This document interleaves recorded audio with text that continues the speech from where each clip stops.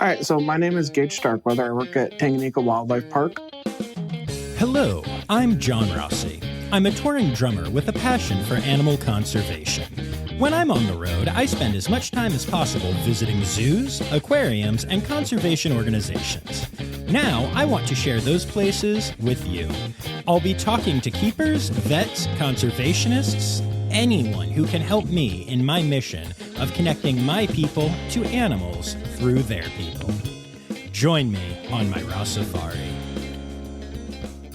Hi, hello, how are you? Welcome back to another episode of the Rossifari podcast. All right, y'all, so today's episode takes us back to Tanganyika Wildlife Park, and this is the last in our series from the park, at least for now. I'm hoping to get back there in the future and do more stuff. I already have multiple people there that I want to share with y'all. But this episode is different than the other episodes that we've done. So, at Tanganyika, we have talked about the culture and the research and the leadership and all of the things, but you haven't really just heard from like a traditional keeper type person. And so today you're going to hear from Gage Starkweather, who is one of the animal care experts at the facility. And honestly, Gage is someone who, is relatively new to the field and relatively new to Tanganyika. He's been there for a little bit now. You'll hear more from him about that.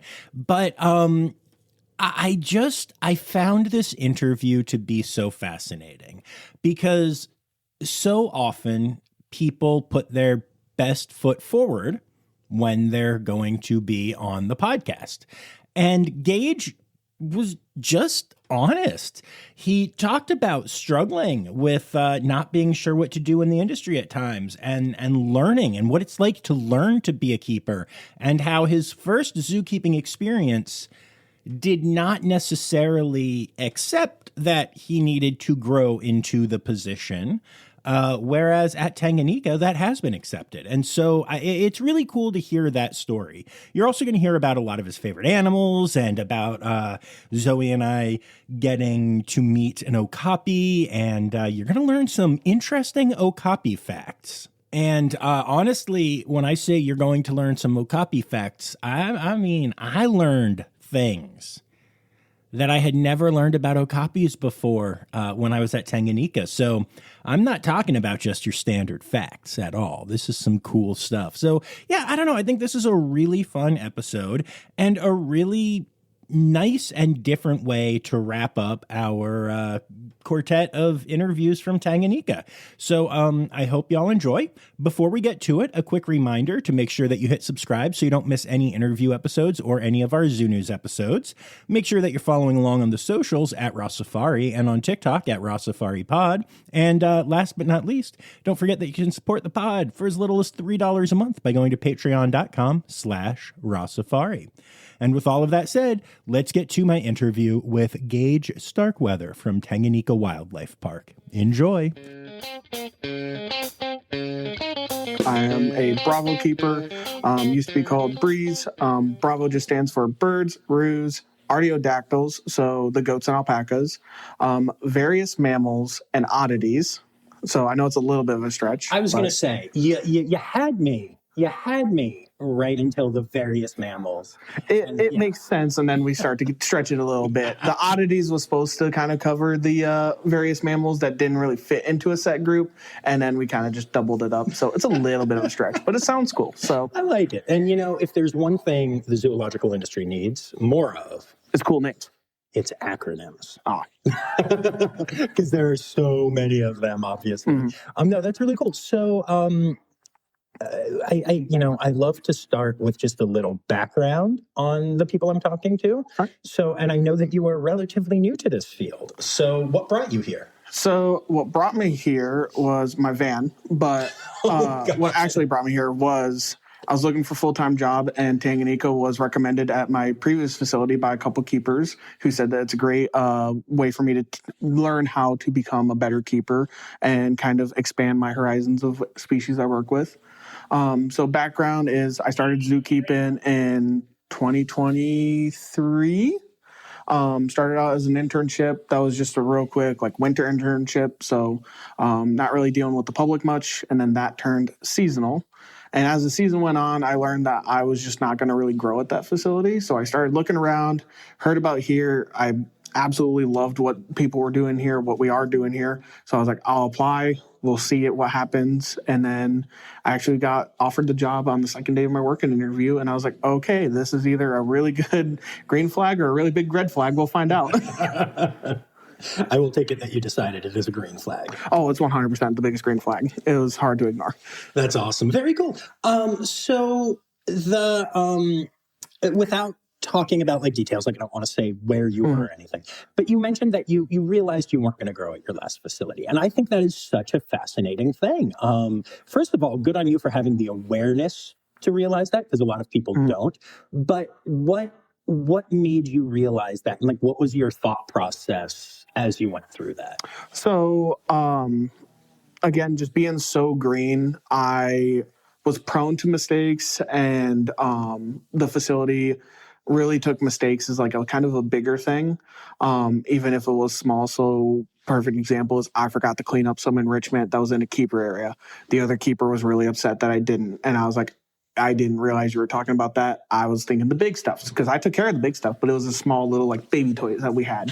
And then other just smaller things of, I would ask, like, what are the chances of me getting cross-trained somewhere? And they were just big on, you need to show initiative and like kind of prove that you're wanting to do other stuff. And I was like, I feel like I'm doing this a lot. Like I'm doing research on my own. Like I'm offering to help everybody else. Like I was big on, maybe I tried too hard to prove myself, and maybe that's what kind of made them not really want to push me or provide me that chance to grow.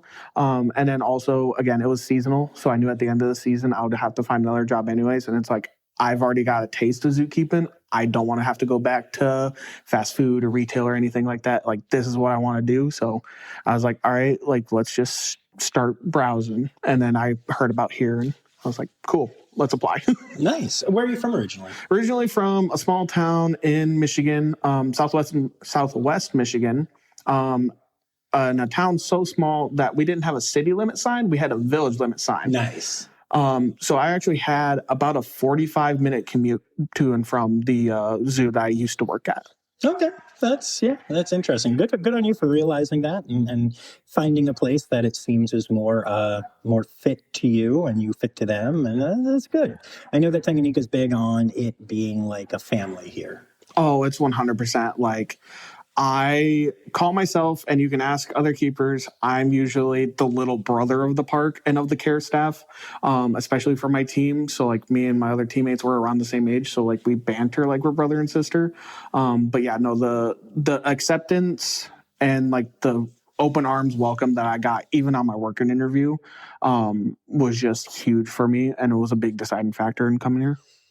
I think that's really cool. I love this industry, and I think anyone who's working at an accredited zoo in any capacity is a pretty special person and has the passions that we love and all that stuff. But I do find, I think the animal care at every facility that I featured on the podcast is fantastic. It seems to be the human care that is the biggest variable, and there are some amazing facilities that have it when it comes to the human care, and then other facilities that just, it's like the human care is so important. And for me, I don't get it, because literally humans are animals. Mm-hmm. And if you're so good at taking care of all the other animals, how can you not get that, like, you need the same thing for humans? You got to take care of each other. Right? And you need positive reinforcement, and you need, just all the things that these facilities provide to every other animal. So it's really cool to hear that you found that here and not surprising from what I've seen so far. So let's talk about some of the work that you do here. What animals? I know you talked briefly through it with the acronym, but let's break them down. So let's start with B. All right. So I'm fairly new to Bravo. So I originally was Hoofstock. Okay. That's what I was originally hired on for. In Hoofstock, I started out in the petting zoo, moved to giraffes, and then our safari barn. So then I was doing white rhinos and then giraffes again. And then I was trained in on like new barn rhinos. So then it was like the Indian rhino, the pygmy hippo, the okapi, bongo, red river hog. So I think the only building I had left to learn was Old Barn, which is like our zebra and springbok and our other herd of bongo. And then I made the switch. So now I'm kind of starting new, but I primarily work in the petting zoo with the goats and alpacas, as well as the children's zoo. So all the small guys, the rabbits, the guinea pigs, the tortoises, and then our ed rooms, all of our ambassador animals that do like birthdays and events and such like that as well. Nice. But yeah, day to day is looking more like anywhere from like 2 to 4 hours of cleaning. So like today, with it being rainy and all that, I was able to do quicker clean. So it was more of like a 3-hour routine. But if like everybody decides to go to the bathroom at the worst possible spots, it goes to about 4 hours. That's fair. That's fair. My wife is obsessed with the goats here. Just obsessed. I am too. Everywhere. But so can you tell me maybe just like 1 or 2 of your top favorites? Top favorite goats? Yeah. Okay, that's going to be difficult. That's like picking favorite children. But luckily I don't have children, so this is going to be easy. Absolute favorite above all else is going to be Gypsy. She's our ambassador. Nigerian dwarf goat. She was hand reared, so she does have that trouble streak of wanting to be a menace, and she's going to bite and she's going to horn. But I'm lucky enough to be on her good side. Nice. So like I rarely ever have to deal with that. She's top favorite, and probably next up is either going to be her mom, Calypso, or Collins, who's kind of our matriarch of the herd. They're all really good about being, I call them like therapy goats, where like if you're just having a bad day and you just need to like sit and all that, they'll just join you and just chill with you for however long. So they're definitely some of my favorites, but they're all my favorites. So that's fair. That's fair. No, that's really cool though. I love therapy goats. That's just great. I'll take it. I think we need more therapy goats. Yes, absolutely. Very cool. So that's the barnyard stuff, and we talked, guinea pigs and Buddy, all that cool stuff. How often, when you're doing any part of your job, but especially that stuff, are you doing experiences with guests? So being that where our petting zoo and children's zoo are located, we are in the most public facing portion of the park.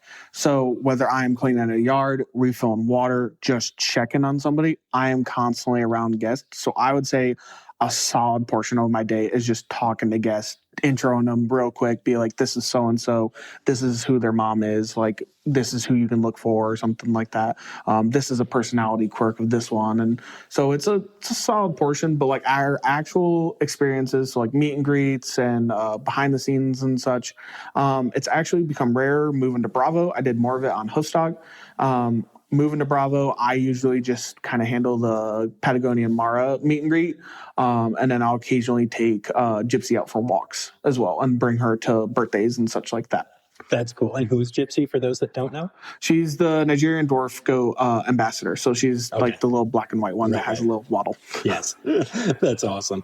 And so what do you think is the benefit of taking the time to talk to people about, the quirks of an animal that you're chilling with or something like that? So in my opinion, explaining quirks, personality traits, where they stand in the totem pole, their favorite snacks, like that is not necessarily anthropomorphizing the animal, but that is more strengthening the connection that you can make to that animal of, oh, Calypso loves bananas or Salem loves honeydew melon a lot. It's like, that's some of my favorite snacks. Or they're a bit of a menace and they like to stir trouble. Chances are a parent's going to agree and be like, oh, she's 5, she loves to start trouble. They're going to look at their 5-year-old and be like, they're the exact same. So it's going to strengthen that connection between person and animal, especially being in petting zoo and children's zoo, where it's like you can get really close to them. Yeah, no, absolutely. I think that's so important for fostering empathy. And just, the more that you know about an individual animal and the more that you can connect them to yourself, to the people, whatever, I think the industry has gone. They're pendulums with everything, always in the world. And I think the pendulum has gone too far away from what they call anthropomorphism right now. And I don't even think a lot of that is. Like, there are some facilities where you can't say the word favorite about an animal. Oh, yeah. But you know if something is an animal's favorite. Like, and that's what it is. If you have, a red panda that will choose a grape over a banana every single time. It's very clear. That is its favorite. And you can use that term without, I think, anthropomorphizing, that's what that word means. But at the same time, if you don't use it, if you don't tell people that, then they won't get it. But like, we all have our favorite food. Oh, yeah. I'm gonna choose pizza over broccoli. Oh, 100%. Yeah. And so, like, I don't know. I think it's really important to foster those connections and to help illustrate that we all have a lot in common, because we do. If people can't make those connections and foster those connections to these animals and basically spark the connection really, and then strengthen it, they're not going to be as inclined to want to donate or save or do what they can to protect. So there's a difference between seeing a greater one-horned rhino from 50 feet away versus being able to like feed her, learn what her favorite foods are and like some of her quirks, what's her favorite spot to sun herself and like what's her favorite itch spot and all that. So there's a difference in the connection of between guest and animal in that way. Yeah, no, absolutely. The whole reason I started the podcast is because I would go to different zoos and I would talk to keepers and I would ask, tell me about this animal. And the names helped, but it was the dumb stuff that you're talking about right now that, and I say dumb, obviously, meaning, but I mentioned this in another interview already, but I love the honey badgers here. Oh, yeah, I love them too. I know one interesting fact in particular about Desi and one about Don Juan, and they make me care about them so much, and I know their personalities, and I can tell who's who in the habitat by what they're doing. I can also tell by their look, but I can see what they're doing and instantly be like, oh, okay, that's it, And they made me fall in love. The keepers I spoke to about them made me fall in love with them in like 30 seconds by just learning a little bit about their personalities. It's amazing. It's so cool. Yeah.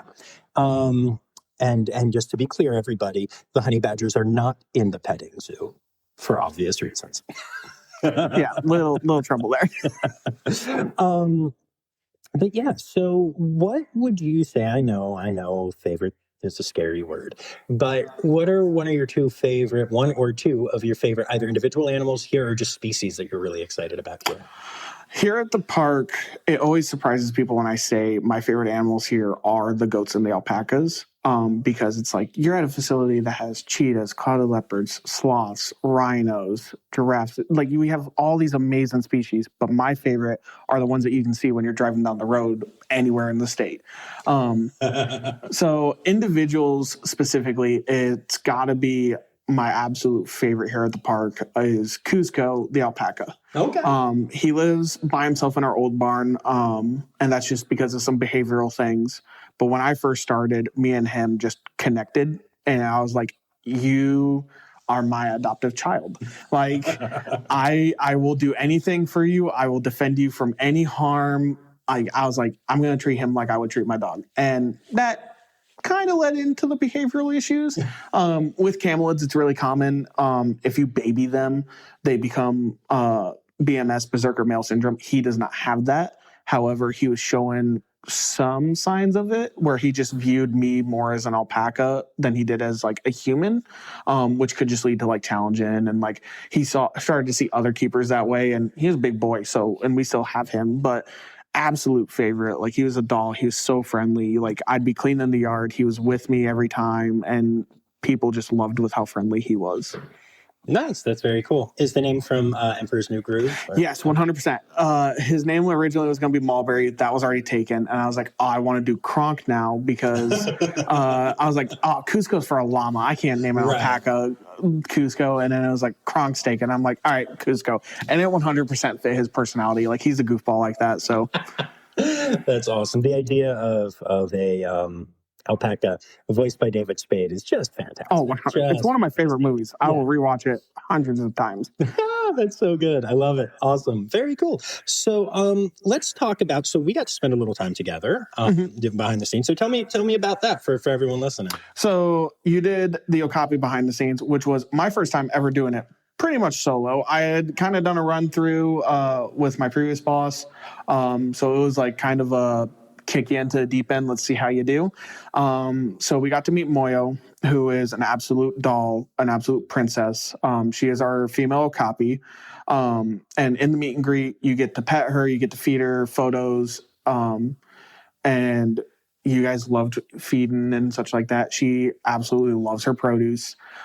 She is a little sloppy with it. So she's a pig. Let's call she was she was scarfing it, but and then like you said yourself, like it's rare that you see an animal and think, wow, that's going to be really soft. But then you actually feel it with like how velvety her coat is and really, really soft it is. And then, like you said, I was able to spit out a couple new facts that you had never heard of. Cycling 6 months into pregnancy, eating the charcoal. Yeah, tell people about that. Oh, yeah. Tell the world. So, yeah, in the Congo, it is hard to find mineral and kind of all those supplements and minerals that you're going to be missing when you're eating just plants. So a lot of animals will seek out like rock salt or mineral deposits or clay. So like there's ways that you can naturally find the stuff that you're missing. One of the good ones is after forest fires or lightning strikes or something like that, where there's charcoal produced, both the Okapi and Bongo, which are found in the same way, will eat the charcoal to get those minerals. That's so cool. I had no idea about that. Yeah, it's a unique way. Yeah. Normally you hear about charcoal as like helping coat the stomach and like helping with just gut health, which it does. But here we offer mineral blocks. We aren't going to, go get Kingsford charcoal and offer it. But, and then the other fact was of their close living relative. Obviously everybody knows Okapis are related to giraffes, but very, very distantly, their next closest living relative was right here in America, and it happens to just be the fastest land animal in America, and that's the pronghorn antelope. Yep. It's very, very removed, but there is still that connection. I had no clue. That's so cool. Yeah, I really do like that. I love learning new stuff because, a lot of times you do these things and it's you hear the same facts. Oh, yeah. That's fine. It's kind of just those rerun facts that everybody goes on like that automatic spiel. Yeah, and that's cool because like most people that are doing an encounter, it's going to be like a once in a lifetime experience for them. I was at the Greensboro Science Center one time hanging out with one of their red pandas, and this guy walked by with his like granddaughter, and he goes, "Oh, look at that, honey. That man is having a once-in-a-lifetime experience." And I was like, this is the 8th time I've hung out with this red panda alone. And I didn't say anything. My life is very different than most people's. But so I do remember that like, for most people, you're going to do this once, you're going to do this twice in your whole life, whatever. Mm-hmm. And so I never mind when the spiel is the spiel. Yeah. But you going off script a little bit and sharing some of that stuff was just chef's kiss. I loved it.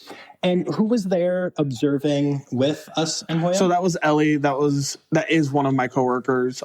She's primarily on that routine. So daily care of the Okapi, which isn't super difficult. They tend to go to the bathroom in the same spot. So bless. But another coworker, she was an intern here, got hired on after the internship, and is one of the few keepers that is actually younger than me here. Oh, wow. Okay. But yeah, very cool. So, and she was there to sign you off on this, right? Yeah. Idea behind it? So with the experiences, we're going to essentially, if you're new to it, we're going to watch you a few times, make sure that you're good at explaining the rules, make sure you're able to correct guests in a kind and like authoritative manner, make sure you aren't going to like, poke her in the eye or like grab a giraffe's ossicone or like stick your hand in a hippo's mouth. Like, so we're going to make sure that you can hit all the points that are usually with the experience. Make sure that you can explain the rules and enforce those rules. Also, just make sure you can connect with the people and have fun while doing it. I love the education portion and like connecting the public to the animals.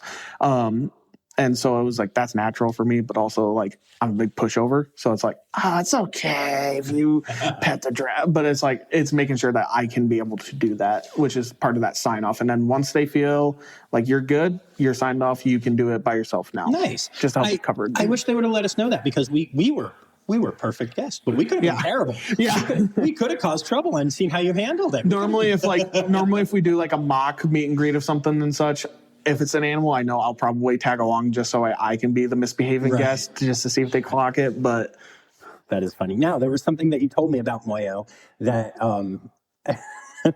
when we were giving scritches, you said that Moyo really likes getting ear scritches, but that they get very waxy and it's gross. So yeah, the inside of an okapi's ear is very, very waxy and very gross. That's actually why we tend to, after we feed out browse, which is just fresh tree trimmings, we'll leave it up because she'll use the twigs to like itch her ear and she'll get in there and clean it herself. But yeah, it'll leave like a residue that's like really waxy and hard to wash off. Now, you do realize that you told Zoe and I that. Yep. And then we both immediately reached in and scratched inside the ear, because I know it's okay. It's like, you were saying it's fine. It was for us, not like you were telling us like, you'll be grossed out. Zoe and I walked out of there and our fingertips were red. Like with wax, like completely. We instantly had to run to the bathroom and it was totally weird. It was the best. I was so happy we did that, because you're right. She loved it. You'll see her even like lean into it. Yep. It was so good. And I really loved that you told us that. And we're upfront about like, she does love this, but it's really gross. And of course, the two of us, I think most people would be like, ew, okay, ew, gross, good. Yeah. And the two of us were like, sign me up. Yeah. I thought I was bad. I had some wax over 3 fingers. And I showed Zoe afterwards. It was like, I reached in and she just holds up her hand and it was all 5 fingers completely coated. And I was like, girl. Yeah. I think Moyo enjoyed us. Oh yeah. So, yeah. So, very cool. What are your goals here? Originally, when I came here, I was like, I'll be here for 5 years. I'll broaden my species roster that I've worked with so I can go do other stuff. And I'm like, I'll just learn how to be a better keeper. However, I learned I was really into hoof care, for example. So like I want to be able to do the giraffe hoof trimming the zebra hooves. Like I already do the goat hoof trims and such like that. My goal is still to become the best keeper I possibly can be, which when you're your own biggest critic is kind of hard because you're like, oh yeah, big success, but we could have done this better. And also like just become like, one of my goals is like a keeper is to become like the people who ignite that spark, or like I referred to earlier, like igniting that spark or like that passion for wildlife. If I can get a little 5-year-old or a 50-year-old like to get like motivated to do stuff about conservation, do stuff about endangered species and helping out and like just doing what they can and all that, like I consider that a success. And like that's one of my biggest goals. Nice. That's great. And I feel like I say this so often on the podcast that I apologize to my listeners for repeating myself, but I think it's important to say this to keepers and to people. You never know the impact that you have a lot of the time. I launched this podcast, like I said, because I went to a bunch of zoos and talked to a bunch of keepers and I was impressed with what I heard and what I learned and all of that. And not one of those keepers did I like get to know their names. Did I like follow them? That connection. And they didn't get to know my name. I was the weird guy asking too many questions about tree kangaroos. Yeah. And they were the overexcited keeper who was so happy to have someone to finally talk to about their favorite tree kangaroos. Yes. But those keepers are the reason that Rossifari exists, and all of the conservation work that we funded and the conservation work that I do now and all of this stuff that we've done for conservation education and fundraising and all of that stuff, and just sharing broadly what this field does so well with a large public.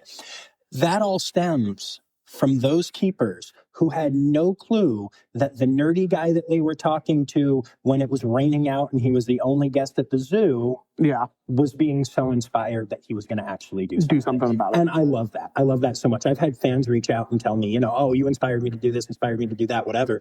And I think to myself, if I've had one or two people tell me that, in a month or whatever, how many more aren't telling me? Because people don't reach out, and it's like, it's so cool knowing that you're having an impact without even knowing what that impact is. Something as simple as just feeding the animals, like going out and throwing food or filling a water or like going and cutting browse.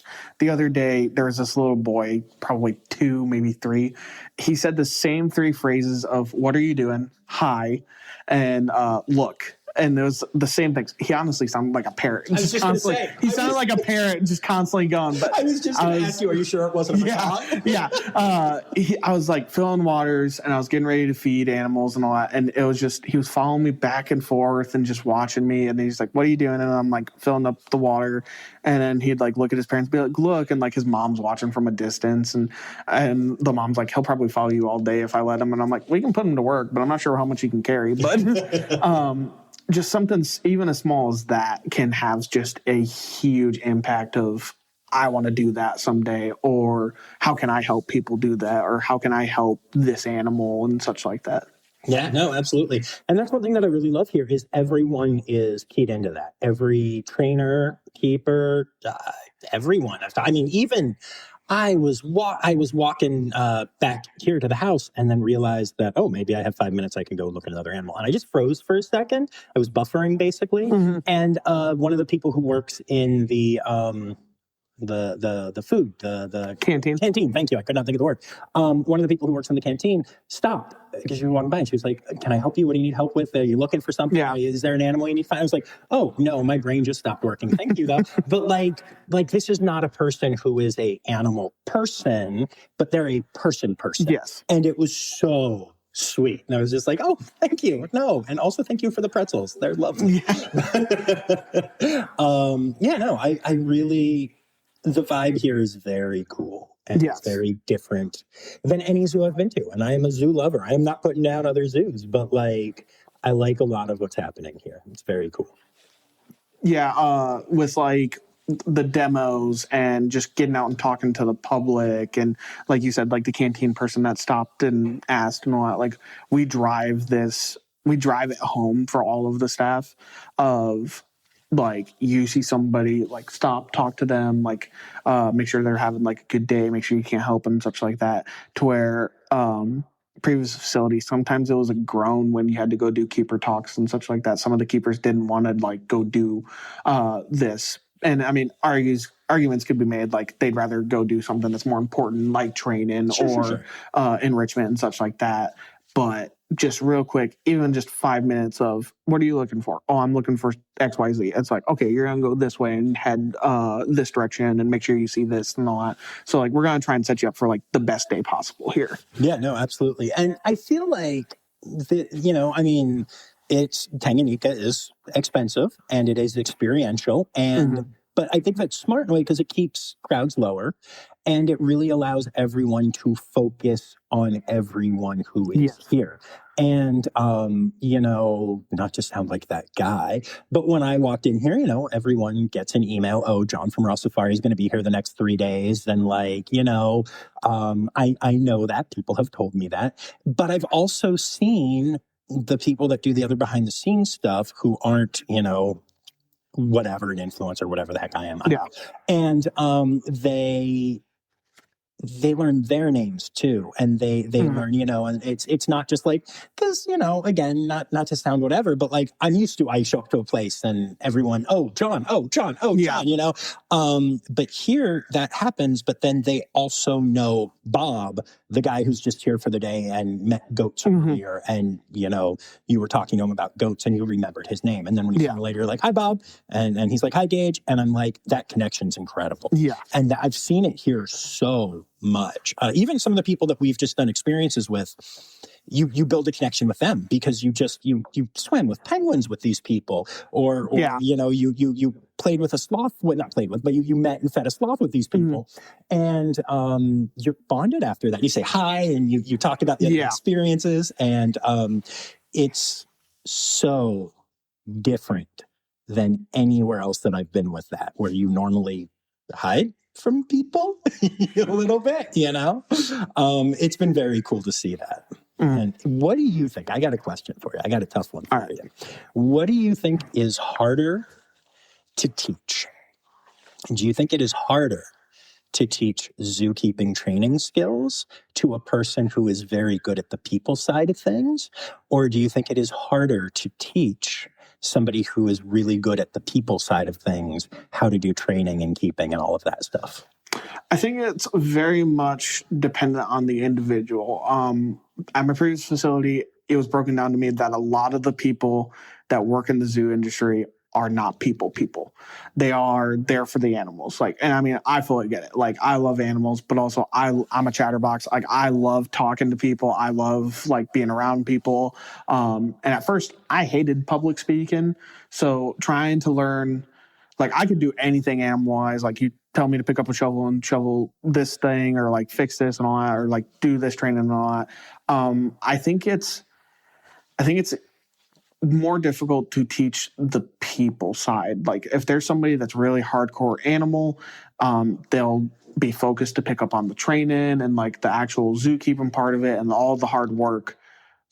But then when it comes to, hey, we need you to talk for 10 minutes about this animal, they're so it's I think it's more difficult to teach that people side of it. Okay. So I think you could take that. I think you can take somebody from our Luna's canteen and all that and be this is how you do this is how you clean this and all that. And I think they could pick up on it so much faster. Right. To where you take somebody who works at a different facility that's behind the scenes, that barely ever sees people and is mostly secluded to their area, and you plop them in front of a stage and such like that, they potentially could struggle. They could not. It all depends on the person too. Right. Well, and I think that's true with all training, really. And then I mean animal training too, right? It's the study of one individual and learning that stuff. So that's really good insight. Yeah, I had I've done it for once, and I'm going to go do it again. But I do what I call a minternship at Wildlife World Zoo out in Phoenix. And so I work with their sea lion team. And it's 7 sea lions, 2 capybaras, a duck, a macaw, and 2 Asian small-clawed otters. And, shows and training and all that stuff. And they teach me the training stuff, and I'm learning it, and I'm working one-on-one with sea lions. It's incredible to get to do, but I'm learning all of that. Meanwhile, we'll be doing a training session, and the public will start to gather around, and they will just say, "John, go." And I'm out there to educate. And I know what's going on. I know what, Yeah. And there was one time in particular that literally they did an ultrasound training for a capybara. And I was educating the crowd about what was going on. And all of a sudden I hear this, John, we're done.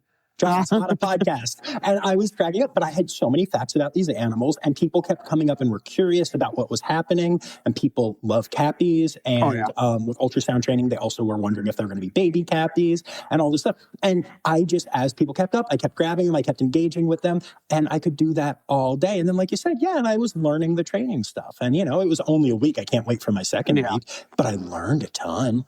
And for me, with my personality, you're right. It was easier for me to, I can educate the people all day. I can talk all day about this stuff, but I have to learn, the right order of SDs and stuff when you're doing certain things, and what an SD is and all that stuff. But that was easier for me. And then there are other people who, even Zoe, who you imagine, she would never want to do that, but she could train animals all day. She's incredible with behavior. So I think that is very insightful.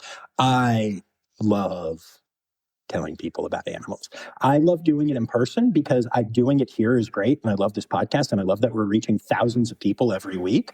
But at the same time, I don't see them. And when I talk to a crowd of 10 people even, and I watch a kid light up, oh my gosh, or especially adults. I love reaching adults. I love kids, and I think kids are the future of conservation and all that stuff we always say. But I think because there's so much focus on that in the industry, I love reaching adults. Plus they have the money and probably the bad habits that you need to change a little bit more. So I think it is good to have some people that do that, So it's funny you say that, because the original goal, so I always knew I wanted to work with animals, which is strange because I used to be terrified of animals as a kid. We can get into that. But my original goal was I wanted to be the educator. I wanted to be the person talking. I wanted to be the person that takes the big boa into the middle school and all that. And like, because we all grew up knowing somebody that came in with a snake. But I wanted to be the educator. However, during the internship at my previous facility, I learned I wanted to be more invested in the daily animal care. So like Tanganyika was the best of both worlds. So it's like I'm invested in the daily care. I get to be with these animals daily. I don't just come up and take them and then go do stuff. I'm part of that animal's daily care, but I also get to talk to the guests. Yeah. I don't want to move to Goddard, Kansas, but I want to work here. And I genuinely mean that. I don't normally feel that way. I love facilities. I love going to these places. I love spending my time at zoos and aquariums and doing what I do. I don't generally feel like I want to work at most of them. I legitimately want to work here. I just need it to move somewhere cooler than Goddard, Kansas. All due respect to Goddard, Kansas. And maybe if I could stay in this mansion and work here, maybe it would be. Yeah, this is really fancy, but it kind of worked out because I moved from one really small town into another really small town. So it's just kind of like home, just really, really flat. Yeah, no, that's fair. That is fair. But I genuinely like where my brain is and how I see this industry progressing and how I see what this job should be. I genuinely feel like everyone needs to be a conservation communicator and a wildlife educator and a keeper and a trainer. You need to hit all of those as things go forward. And most facilities that are amazing and do amazing work and have amazing people are split still. And everyone here is all those things. And I have seen it time and again, and it blows my mind. And I 100% want to work here, just not here. But, but at this facility, just not in this town. Yes, exactly. It has inspired me being here because I talk a lot about what I think the future of this industry will look like. And I have said for a long time that this is not some like new concept that Tanganyika has taught me. I think everyone needs to be all of those things. And I have said that to many people. And now I walk in here and everyone is all of those things. Yeah, and I'm like, please, everyone do this, Yeah. It's awesome. Yeah, I'm really loving it here. Is there anything else that you want to tell me about yourself or your time here or any animals that you want to hit? I mean, we can kind of touch in. So growing up, I was absolutely terrified of animals. Oh, yeah, you mentioned. Okay, yeah. So, my entire family holds this over my head now that I work with the animals I work with. But growing up, I was terrified of dogs. I was terrified of horses, snakes. Like, I was scared of it all. The only thing I don't think I was scared of was, like, fish. And that's just because we fished a lot growing up. But now I'm working with 6,000-pound rhinos and 18-foot tall giraffes and kangaroos that are tall as me and such. Like, I mean, granted, I work in the petting zoo, so like it's not that dangerous, but but they will always hold it over my head because there's these photos. So one of the photos that my family has is of me at a petting zoo. I'm standing 5 feet away from a little African pygmy goat, bawling my eyes out. Because I did not want to get anywhere near it. It was screaming at me. I was terrified. I thought I was going to pee myself. And then there's other photos of like me on the back of like an Asian elephant at a circus. I'm bawling my eyes out because I'm like, oh, that's cool. But then I actually get on it. And then I'm like, and it's like, and then there's like a selfie of me now with like stacks in the background and all that. So they will always hold it over my head that I used to be an absolute like scaredy cat when it came to animals. Right. That's amazing. I love that so much. Is there a conservation organization that you'd like to give a shout out to? It's kind of sad because my absolute favorite animal, which are takin, do not have like a set conservation group for them. And I would just say go support like the Wilds or any facility that has them because they're this really cool goat antelope. Like they're just such a unique and weird looking animal that I fell in love with them. But what I'm gonna, they are absolute units. But and I'd love to work with them. I'd love to have them here at the park. But the conservation group that I will tell you guys to go check out is Gravy Zebra Trust, which works specifically for Gravy Zebra. And they've also worked with like Sahara Conservation and the GCF. So they work with other organizations to help other species in Africa, but they primarily focus with Gravy Zebras, which we have here at the park. They're on Facebook, Instagram. Don't think they have a TikTok. They might. I know they got a YouTube, but it is gravyzebratrust.org. But yeah, I highly recommend you guys check them out on Facebook and just donate if you can, because zebras growing up were one of my favorite animals, and they are one of the more endangered wild equids. Nice. Very cool. And then it is time. It's time now, don't you know? We've come to the end of the show, but there's one tale left to go. You're gonna laugh and say, oh no. It's time for the Rossifari poop story. Oh boy, this has to be just a gross story in general, right? Yep. All right. I don't have like big gross stories, but I have a couple smaller gross stories. Ones are just go grab this giraffe's placenta. After I'd given birth, it was my turn, and I originally thought I had to go in with nothing, like no trash bag, no gloves. I had to go in and grab it, so I was getting ready to. I was like, all right, I'll just dig in. And they're like, wait, and they hand me this trash bag to go pick it up. There's ones where I've had to jump into our dump trailer.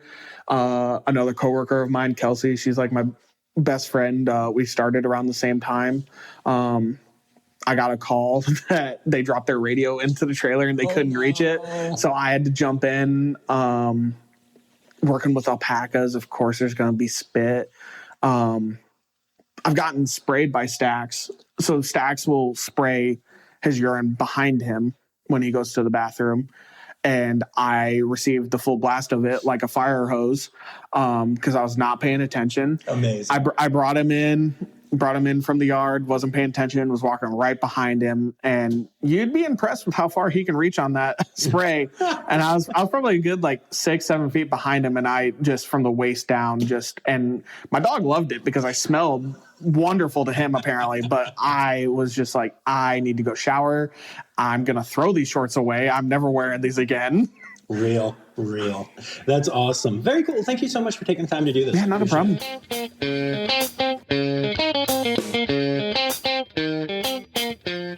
All right, so there you have it. 4 months and 4 different episodes from Tanganyika Wildlife Park. I hope you all got a really good feel for some of the different aspects of this unique and really, honestly, very cool, very inspiring facility. Don't forget to be back here on Friday for an episode of Zoo News. A lot of you have sent me one particular story, so I'm already working on my headline story, and it's a very interesting follow-up to last week's headline story, I'll tell you that much. And before we get going, I want to say thank you to all of my patrons, especially my Red Panda level patrons, Dr. Laura Schenk, Dr. Stephen Williamson, Barbara Bennett, Jenny Owens, Melissa Reed, Carrie Kirkpatrick, John Lewis, who is also here for stickers, and Kevin Williams. And we'll see you on Friday for Zoo News. We'll see you on Tuesday for another interview episode. And until then, remember, friends, the word credits backwards is Steiderk. The Rossifari podcast is produced, hosted, and engineered by John Rossi.